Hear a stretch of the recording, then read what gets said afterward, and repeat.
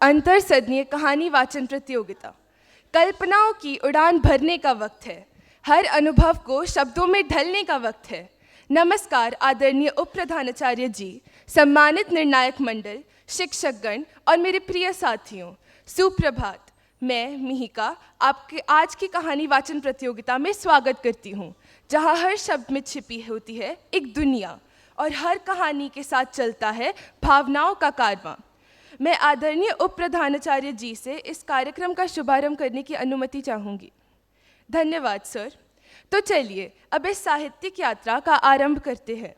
सबसे पहले मैं आप सबको इस प्रतियोगिता के नियमों से अवगत कराना चाहूँगी। कहानी वाचन प्रतियोगिता कक्षा 7 व 8 के विद्यार्थियों के लिए है। प्रतिभागियों में एक प्रतियोगी का कक्षा 7 और दूसरे प्रतियोगी का कक्षा 8 से होना अनिवार्य है। कहानी वाचन का समय 2.5 से 3.5 मिनट का ही होना चाहिए। उच्चारण शुद्ध व स्पष्ट होना चाहिए। उच्चारण के समय हाव भाव का ध्यान रखा जाना चाहिए। विद्यार्थी बोलते समय पेपर की मदद नहीं ले सकते। विद्यार्थी अपने द्वारा चुने गए किसी भी पसंदीदा विषय पर अपने विचार प्रस्तुत कर सकते हैं। प्रतियोगिता में चुने गए विषय की भाषा आपत्तिजनक नहीं होनी चाहिए। कहानी सुनाते समय विद्यार्थी किसी वस्तु का प्रयोग नहीं कर सकते। सर्वप्रथम मैं कक्षा 7वीं की प्रतिभागी ऋत्विका को बुलाना चाहूँगी, जो हमें 3 पुतली कहानी सुनाएंगी।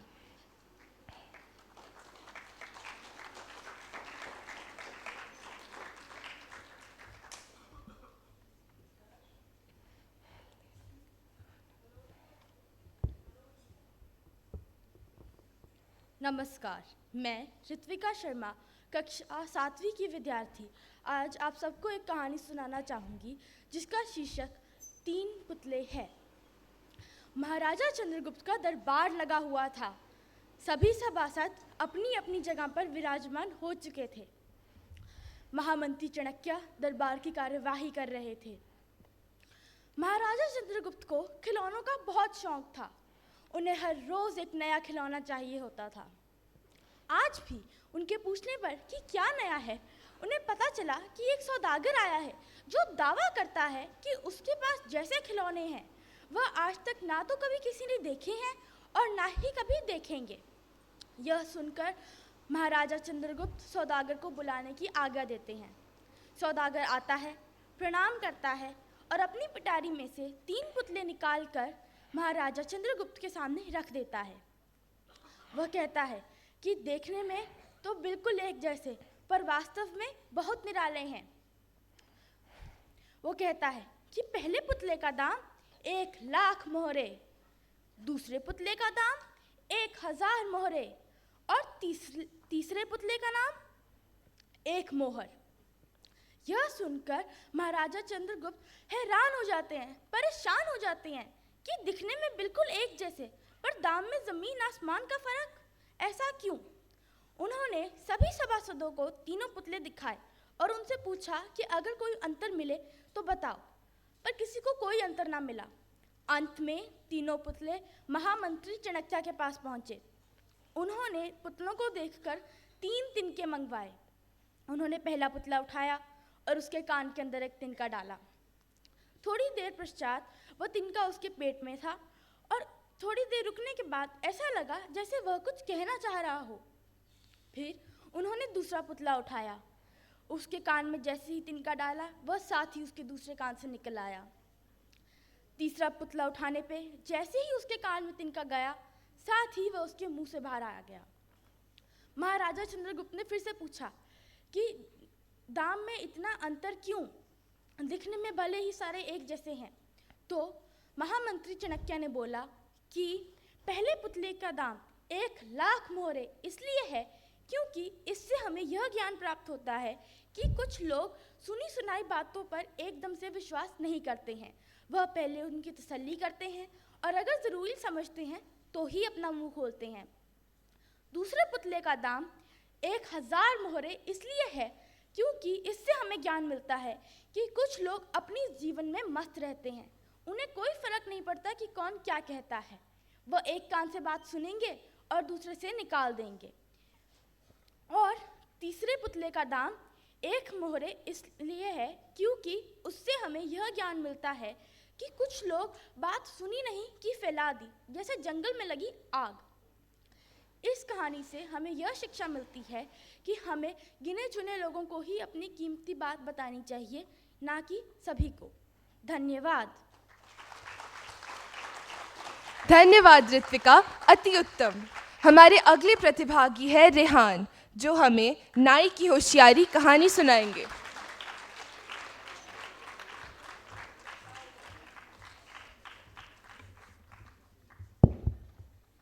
नमस्कार। आज मैं आपके सामने अपनी कहानी नाई की होशियारी प्रस्तुत करने जा रहा हूँ। किसी गांव में रघु नाम का एक नाई रहता था। उसका काम लोगों के बाल काटना, उनकी चंपी करना और उनकी मालिश करना था। वह अपना काम बहुत ईमानदारी से करता और अपने काम से खुश रहता था। सुबह सुबह गांव में जाकर वह लोगों को पुकारने लगता, अरे रघु आया, रघु आया। उसकी आवाज़ सुनकर सारे गांव वाले दौड़े चले आते और उससे अपना काम करवाते। एक दिन जब रघु अपना काम कर रहा था, तभी सरपंच जी का बुलावा आया। सरपंच जी के आदमी ने रघु से कहा, रघु तुम यहाँ पर क्या कर रहे हो? सरपंच ने तुम्हें अभी इसी क्षण बुलाया है। पहले तो रघु घबरा गया, पर बाद में उसने अपना सारा सामान इकट्ठा किया और सरपंच जी के घर की ओर चल पड़ा। सरपंच जी ने रघु से कहा, देखो रघु, मेरे बाल अच्छे से काटो, मेरी चंपी भी करो, लेकिन ध्यान रहे मेरी मूंछों को हाथ मत लगाना, क्योंकि यही मेरी इज्जत है। रघु ने हाँ कहा और अपना काम शुरू कर दिया। अचानक से एक मच्छर भिन भिनाते हुए रघु के कान के पास आया। रघु ने उसे भगाने की बहुत कोशिश की, लेकिन जैसे ही मच्छर ने रघु के गाल पर काटा, उसके हाथ से उस तरह छूटा और सरपंच जी की आधी मूंछ कटकर नीचे गिर गई। रघु बहुत डर गया। जैसे ही सरपंच जी ने अपनी आधी मूंछ कटी हुई देखी, उनका गुस्सा 7वें आसमान पर जा पहुंचा।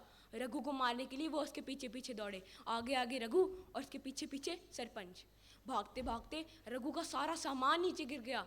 उसके शीशे में कई दरारें आ गई। जैसे तैसे रघु ने अपना सामान संभाला और एक जंगल में जाकर एक पेड़ के नीचे जा बैठा। वह पेड़ एक भूत का घर था। भूत ने रघु को डराते हुए कहा, तुम कौन हो और यहाँ पर क्यों आए हो? यह मेरा घर है। पहले तो रघु डर गया, पर बाद में उसने हिम्मत जुटाते हुए कहा, मेरा नाम रघु है, लगता है तुमने मुझे पहचाना नहीं। मैं हर रोज रात को यहाँ पर भूत पकड़ने आता हूँ। यदि तुम्हें यकीन ना हो तो मेरी थैली में झांक कर देख लो। भूत ने कहा, मैं भूत हूँ, मेरा कोई कुछ नहीं बिगाड़ सकता। पर जैसे ही भूत ने रघु की थैली में झांका, उसको अपने जैसे कई भूत दिखाई दिए। वह डर गया और रघु से माफ़ी मांगने लगा। मुझे माफ़ कर दो, तुम जो कहोगे मैं वही करूँगा। रघु ने बड़ी चतुराई से कहा, तो सरपंच जी की मूंछ बिल्कुल ठीक कर दो। भूत ने कहा, बिल्कुल ऐसा ही होगा। इस प्रकार सरपंच जी की मूंछ बिल्कुल ठीक हो गई थी।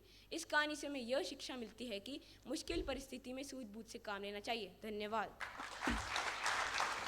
धन्यवाद रेहान। अब आप समझ ही गए होंगे कि कठिन परिस्थिति में घबराने के बजाय चतुराई, बुद्धिमानी और व्यवहारिक समझदारी से काम लेना चाहिए। तो चलिए अब बुलाते हैं नाव्या को, जो हमें बाघ और लोमड़ी की एक सुंदर कहानी सुनाने जा रही है।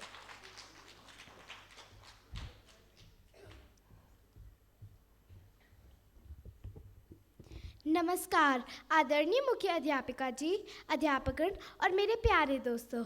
आज मैं नाव्या गोयल, कक्षा 7वीं की विद्यार्थी, आप सभी को एक कहानी सुनाने जा रही हूँ। कहानी का शीर्षक है बाघ और लोमड़ी। एक बार की बात है, एक घने जंगल में एक बाघ और एक लोमड़ी रहते थे। बाघ जंगल का राजा था और लोमड़ी अपनी बुद्धिमत्ता के लिए जानी जाती थी।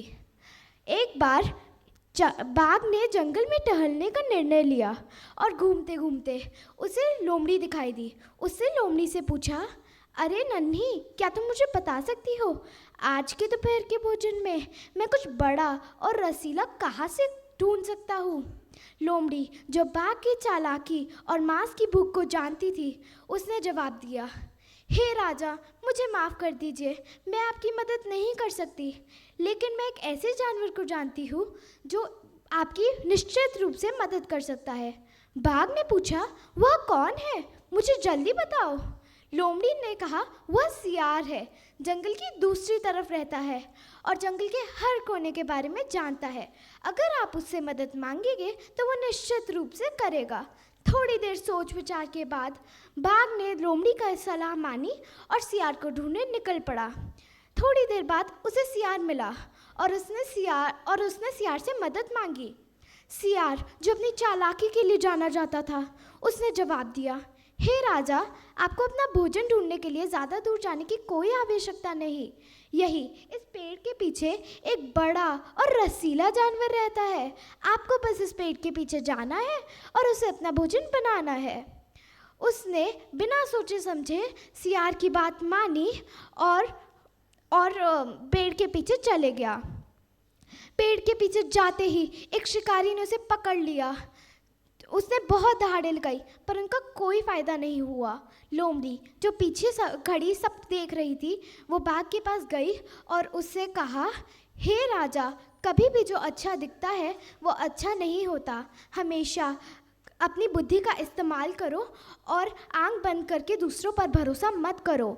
बाघ ने लोमड़ी की बात मानी और उससे वादा किया, कोई भी निर्णय लेने से पहले वो हमेशा लोमड़ी की सलाह लेगा।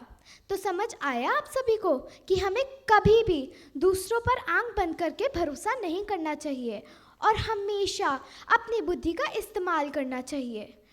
धन्यवाद। धन्यवाद नाव्या। आपकी कहानी ने हमें सिखाया कि किसी की सलाह पर आंख बंद करके भरोसा नहीं करना चाहिए।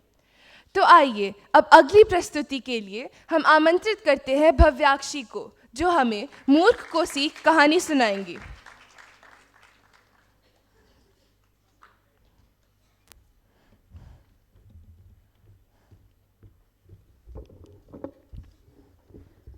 नमस्कार माननीय निर्णायक मंडल, अध्यापकगण व मेरे प्रिय साथियों।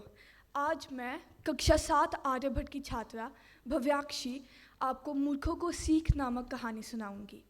मूर्खों को सीख। मैम एडजस्ट नहीं हो रहा, मैम हो नहीं रहा।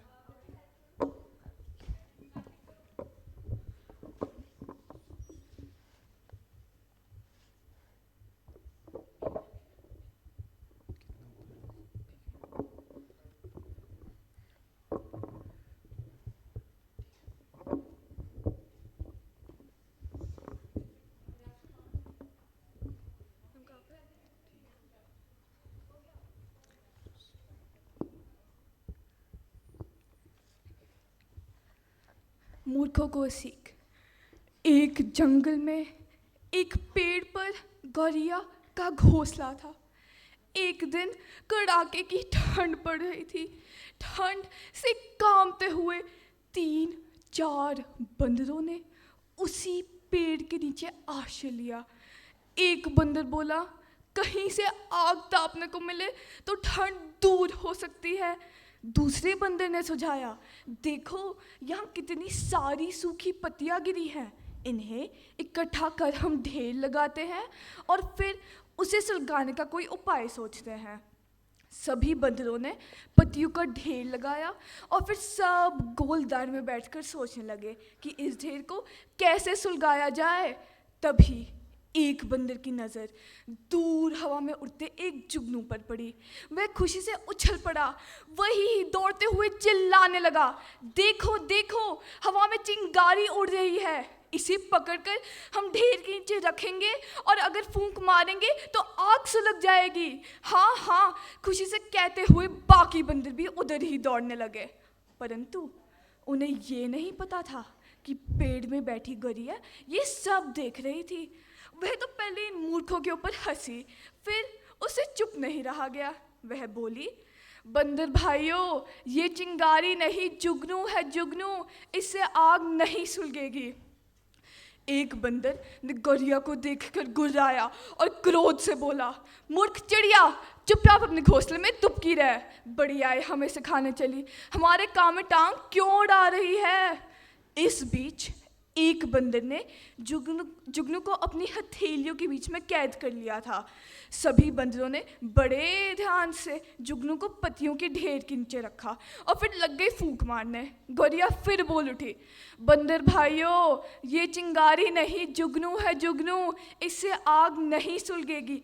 कम से कम 2 पत्थरों को एक साथ टकरा कर देखिए तो सही, उससे चिंगारी पैदा कीजिए, जुगनू से नहीं। बंदरों ने गौरैया को घूरा।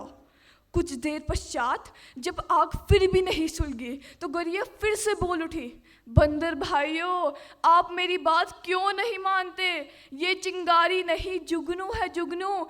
इससे आग नहीं सुलगेगी। कम से कम 2 लकड़ियों को एक साथ रगड़ कर देखिए तो सही, उससे चिंगारी पैदा कीजिए, जुगनू से नहीं। आग ना सुलगा पाने के कारण सारे बंदर खिंचे हुए थे।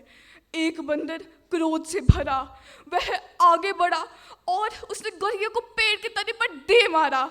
गौरैया फड़फड़ाती हुई नीचे गिरी और मर गई। इस कहानी से हमें ये शिक्षा मिलती है कि मूर्खों को सीख देने की कोशिश ना करें। जैसा कि आपने कहानी में सुना था कि गौरैया बार बार बंदरों को सलाह देने की कोशिश कर रही थी और यही उसकी मृत्यु का कारण बन गया। धन्यवाद। धन्यवाद भव्याक्षी, आपने बड़ी खूबसूरती से समझाया कि मूर्खों को समझाने का कोई फायदा नहीं होता। जैसे जैसे कहानियाँ आगे बढ़ रही हैं, हम सभी एक नई भावनात्मक यात्रा पर निकलते जा रहे हैं। हर कहानी अपने साथ एक संदेश, एक अनुभव और कभी कभी एक सवाल छोड़ जाती है। यही तो शक्ति है कहानी की, वो सुनाई भी देती है और महसूस भी होती है।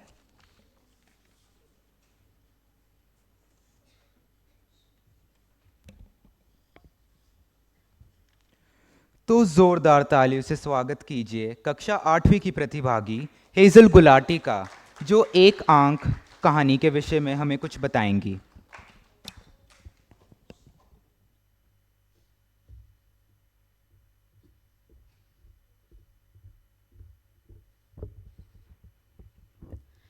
आदरणीय प्रधानाचार्य जी, अध्यापकगण, निर्णायक मंडल और मेरे प्यारे साथियों, नमस्कार। मेरी कहानी का शीर्षक है एक आंख। शाम की माँ की सिर्फ एक ही आंख थी। वह अपनी माँ के कारण बहुत शर्मिंदा रहता था। वह अपनी माँ से कहता, माँ तुम दूसरों से अलग क्यों दिखती हो? शाम की माँ अपनी बेटे की पढ़ाई के लिए बहुत मेहनत करती। शाम की माँ अपनी बेटी की पढ़ाई के लिए दिन रात मेहनत करती।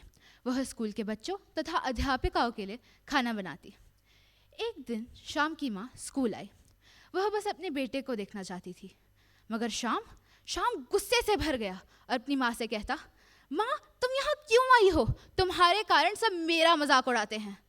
शाम की माँ वहाँ से दुखी होकर चली गई। अगले दिन स्कूल के बच्चों ने शाम को चिढ़ाते हुए कहा, हाँ, तेरी माँ की तो सिर्फ एक ही आंख है। शाम शर्म से पानी पानी हो गया और अपनी माँ से कहता, अगर तुम मुझे ऐसे ही शर्मिंदा करती रहोगी तो मर क्यों नहीं जाती? शाम की माँ की आंखों में सिर्फ चुप्पी और ममता थी। समय बीतता गया। शाम ने बहुत मेहनत की, अपनी पढ़ाई पूरी की और माँ से अलग रहने लगा। उसकी नौकरी लगी, शादी हुई और बच्चे हुए। वह खुश था बिना माँ के। मगर एक दिन दरवाजे पर एक दस्तक हुई। शाम, शाम। यह आवाज़ शाम के लिए जानी पहचानी थी।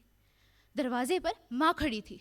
बच्चे माँ को देखकर डर गए और कहते, पापा ये कौन है? शाम ने बिना कोई उत्तर दिए चिल्लाना शुरू कर दिया, तुम यहाँ क्यों आई हो? मेरे बच्चों को डराने के लिए? अभी चली जाओ यहाँ से।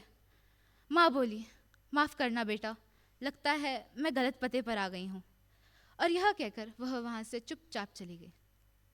कई सालों बाद शाम को अपने पुराने स्कूल से रीयूनियन के लिए बुलावा आया। वह जब वहाँ गया तो उसने सोचा, चलो एक बार पुराना घर भी देखाते हैं।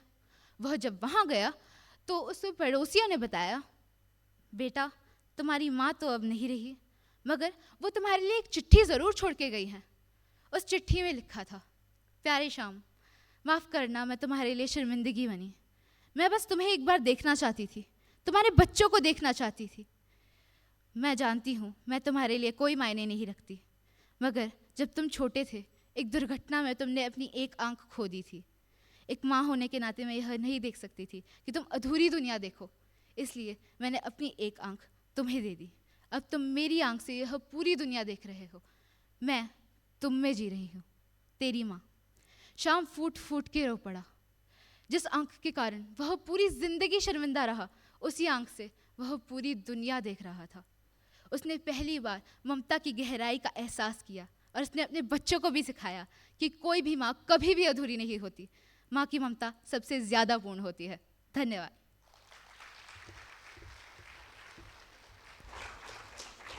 धन्यवाद हेजल। आपने सही कहा कि माँ वो शक्ति है जो ना केवल हमें जीवन देती है बल्कि हर कठिनाई में हमारा संबल बनती है। गुरु है सागर ज्ञान का, शिष्य उस ज्ञान को पाता है। गुरु है सागर ज्ञान का, शिष्य उस ज्ञान को पाता है। जो सिर झुकाकर पास जाए वही मोती पा जाता है। जब शिष्य सच्चे मन से सीखना चाहता है और गुरु पूरे मन से सिखाता है, तभी शिक्षा सार्थक होती है। इस विषय पर प्रकाश डालने के लिए अब मंच पर आमंत्रित करते हैं हमारे अगले प्रतिभागी कृषांक गोयल को, जो हमें सत्य की शक्ति कहानी सुनाएंगे।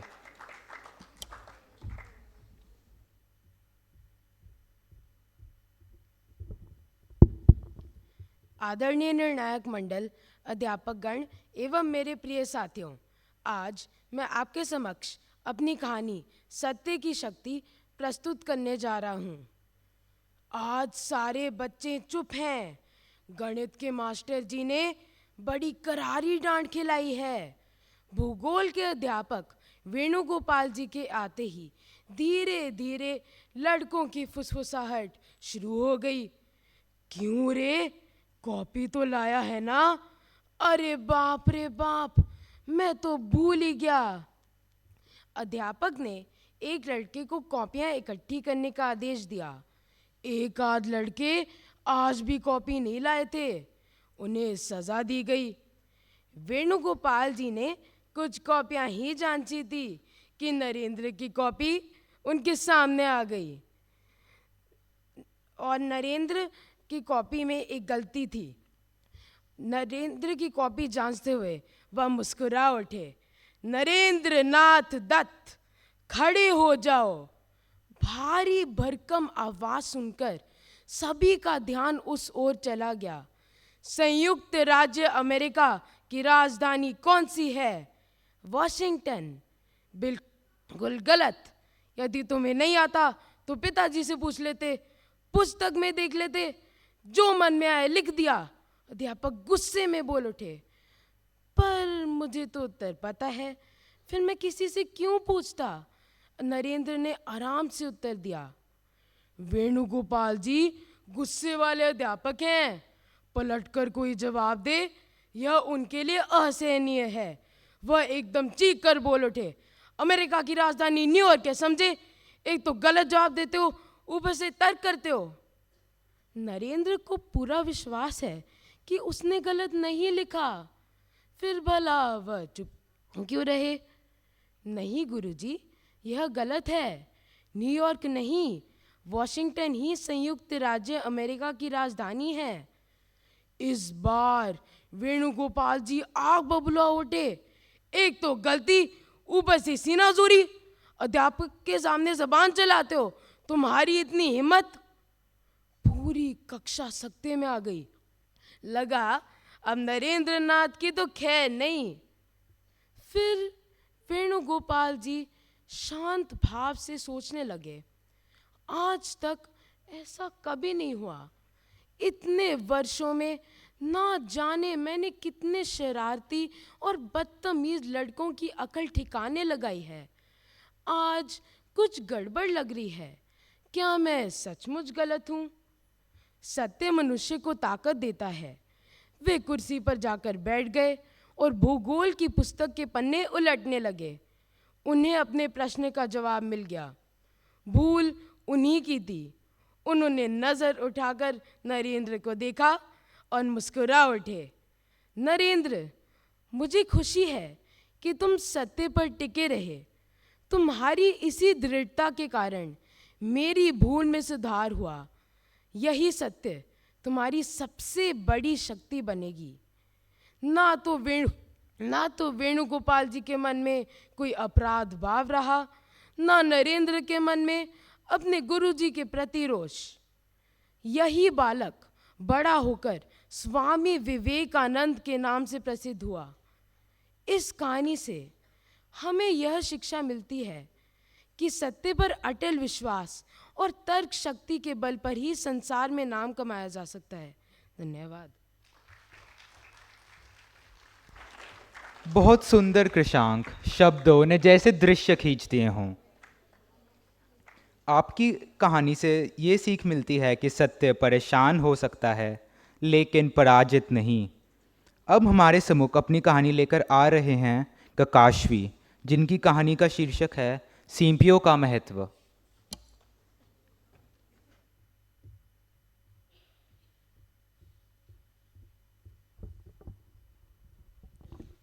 आदरणीय प्रधानाचार्य महोदय, अध्यापकगण, निर्णायक मंडल एवं मेरे नैया के भावी कर्णधारों, सुप्रभात।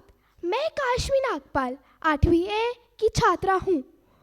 क्या आपने कभी सोचा है कि सीपियों का क्या महत्व होता है? अगर नहीं तो आज मैं आपको सीपियों के महत्व के बारे में एक कहानी सुनाऊंगी। सोम नाम का एक नौजवान लड़का था जिसे समुद्र तट पर सीपियों का संग्रह करना अच्छा लगता था। हर दिन वह समुद्र के किनारे चलता और वहाँ से सबसे खूबसूरत सीपियाँ इकट्ठा करता था। एक दिन वह मछलियाँ पकड़ रहे कुछ मछुआरों के समूह से मिला। उसने मछुआरों से पूछा, आप इतनी सारी मछलियों को क्यों पकड़ते हो? मछुआरों ने जवाब दिया, हम इन्हें बाजार में बेचकर पैसे कमाने के लिए पकड़ते हैं, मगर तुम इन सीपियों का क्या करते हो? सोम ने कहा, मैं इन्हें इसलिए इकट्ठा करता हूँ क्योंकि वे खूबसूरत होती हैं। मैं इन्हें जार में रखना और इनकी प्रशंसा करना पसंद करता हूँ। मछुआरों ने हंसते हुए कहा, तुम अपना समय बर्बाद कर रहे हो। क्या सीपियों का भी कोई मूल्य होता है? तुम उन्हें बाजार में भी नहीं बेच सकते। सोम इस बात को सुनकर निराश हो गया, लेकिन फिर भी उसने सीपियों को इकट्ठा करना जारी रखा। एक दिन एक धनवान व्यापारी नगर में आया और सोम की सीपियों का संग्रह देखा। सीपियों की खूबसूरती देखकर वह व्यापारी आश्चर्यचकित हो गया और सोम से उन्हें बड़ी रकम में खरीदने का प्रस्ताव दिया। सोम खुश हो गया और अपना संग्रह उस व्यापारी को बेच दिया। अगले दिन मछुआरों ने सोम को एक पैसे से भरे बैग के साथ देखा और पूछा, तुम्हारे पास इतने सारे पैसे कहाँ से आए? सोम ने जवाब दिया, मैंने अपनी सीपियों का संग्रह एक व्यापारी को बेच दिया जिसने उनकी बहुत कदर की। मछुआरे आश्चर्यचकित हो गए और अपनी गलती समझ गए। उन्होंने सीपियों का मूल्य कम करके आंका क्योंकि वह उसे निरर्थक मानते थे। तो समझ में आया दोस्तों, सौंदर्य देखने वाले की नज़र में होता है और एक आदमी का कचरा दूसरे आदमी को खजाना हो सकता है। अगर आप किसी चीज़ की कदर नहीं करते तो उसे निरर्थक मानने की गलती ना करें। धन्यवाद।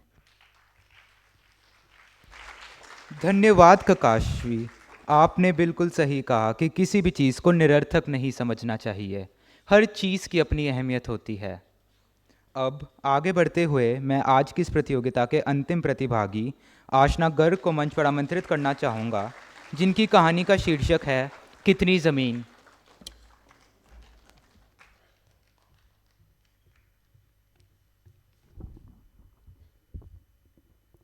आदरणीय निर्णायक मंडल, अध्यापकगण एवं मेरे प्रिय साथियों, आज मैं कक्षा 8वीं डी की छात्रा आशना आपको एक कहानी सुनाने जा रही हूँ जिसका शीर्षक है कितनी ज़मीन। एक बार दो बहनें आपस में बहस कर रही थी। एक अमीर शहर में रहने वाली और एक सीधी सादी गांव की। बड़ी बहन बोली, शहर का जीवन तो आरामदायक होता है, पैसा है, सुरक्षा है, सहूलियतें भी तो हैं। छोटी वाली बोली, मैं तो अपनी जीवन की अदला बदली तुम्हारे साथ कभी ना करूं। अरे किसान का जीवन सच्चा तो होता है। पास बैठा उसका पति दीना यह सुनकर हंसा।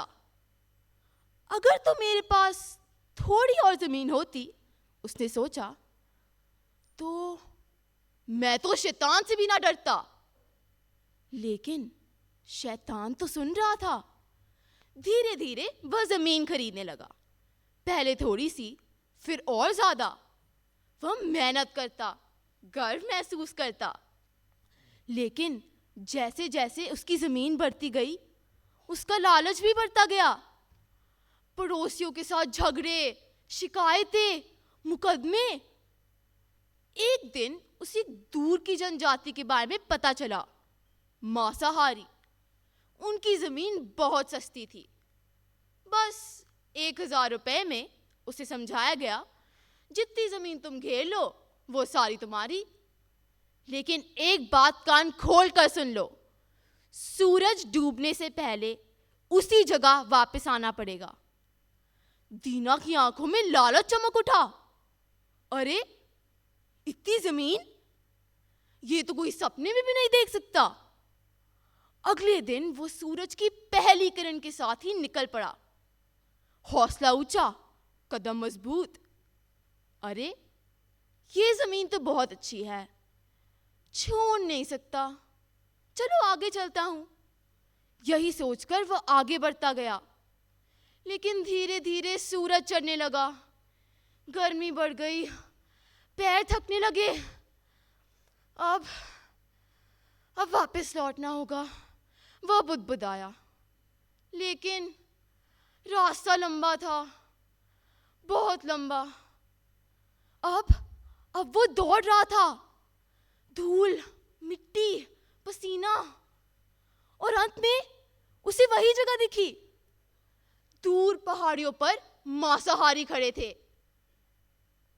लेकिन एक चीख के साथ वो गिर पड़ा, और वहीं उसका अंत हो गया। चुपचाप मांसाहारियों ने कब्र खोदी।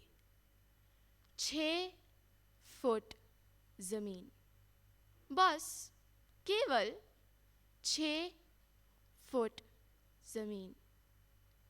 बस इतनी ही जमीन की जरूरत थी उसे। इस कहानी से मैंने आपको यह शिक्षा देने की कोशिश की है कि हर एक चीज सीमा में ही अच्छी लगती है।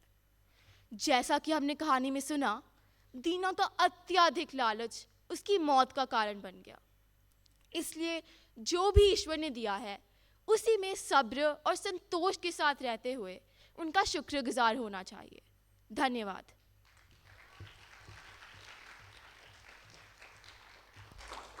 धन्यवाद आशना, आपने बिल्कुल सही कहा कि लालच का फल बहुत बुरा होता है।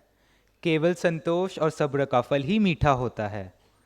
इस प्रकार आज की प्रतियोगिता का अंतिम चरण भी समाप्त हो गया है। एक बार फिर से जोरदार तालियों से सभी प्रतिभागियों का हौसला बढ़ाएं।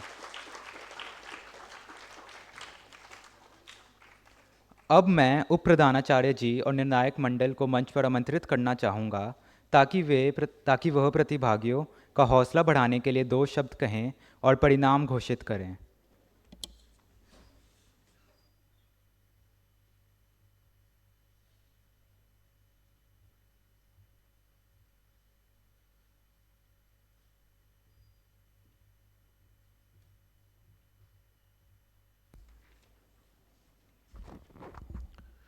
सुप्रभात।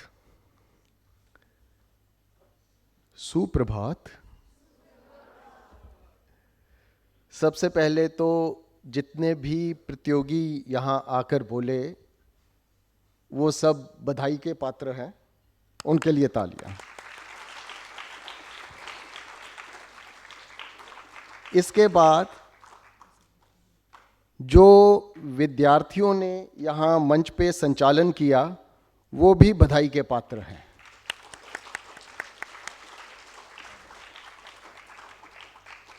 अंत में हिंदी विभाग जिसने इस समारोह का आयोजन किया उनके लिए भी तालियां।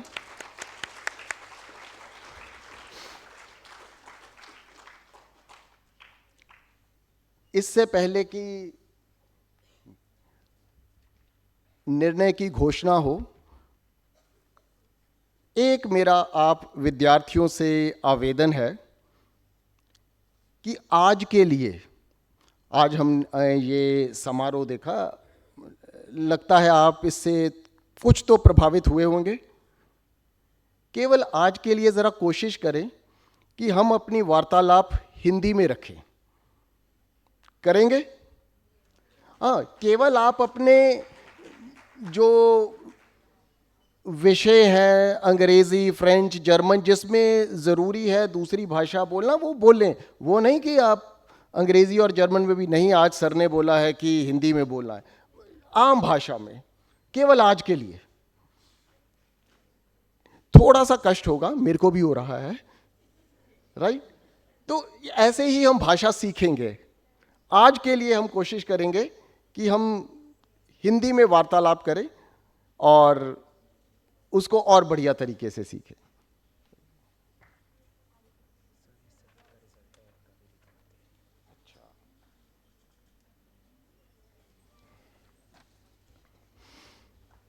कक्षा 7 का जो परिणाम है मेरे हाथ में है फिलहाल।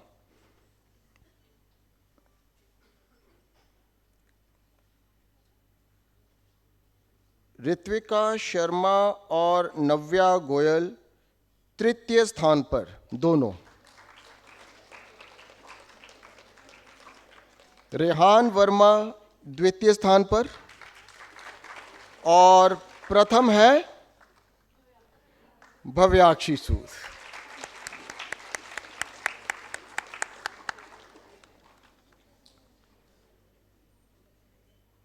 आठवीं कक्षा का निर्णय अभी बन रहा है, हम प्रतीक्षा करेंगे।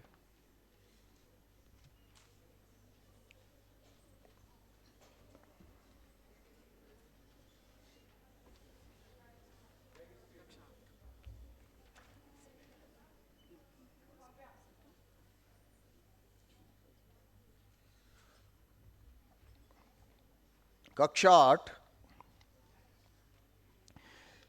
तृतीय स्थान पर हेजल, द्वितीय स्थान पर काशवी और प्रथम स्थान मिला है आशना को।